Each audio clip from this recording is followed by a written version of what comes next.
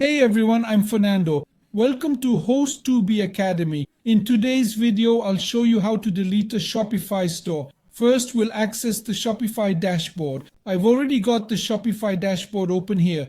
Now let's scroll down the left sidebar to Settings. Let's click on that. The Settings page will open. On the left sidebar, we'll click on the Plan option. Let's click it. This opens the plan page showing your current Shopify plan. To delete your store, click Deactivate Store on the right. Just click it. You'll see options to pause or continue building the store. They'll offer a lower priced plan. You can also choose to start a new store from scratch. You'll pay just $1 for the first month's trial, or you can deactivate your store. He mentions that your info will be kept for 2 years. So what I'll do is disable the store. So I'm going to deactivate it. Here he talks about what we should do first. Once everything's set, click continue on the right. He'll ask why you're closing your store. You can choose from the reasons provided here. After entering info, you can add more details if you want.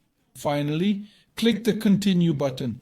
The next page gives info on activating your store. To delete your store, just enter your account password.